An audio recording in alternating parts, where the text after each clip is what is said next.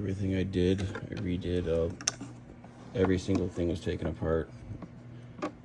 All the screw or the little nails. Put in new nails. Refinished the hardware. Replaced the handle, obviously. Did gray felt.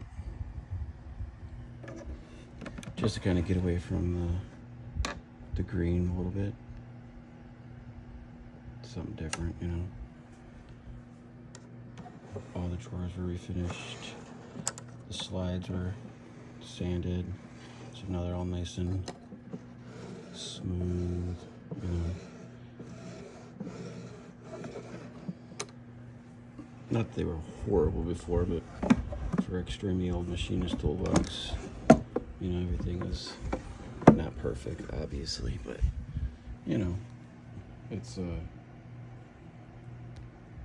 don't know. I think it's good enough for, like, a hobby knife box, you know? You have the stove for that. Use that. Fully locked still.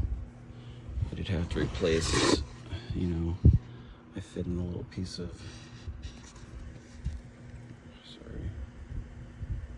ironwood into the, someone had tried to pick it, I think, so I put a little epoxied a piece of ironwood in there.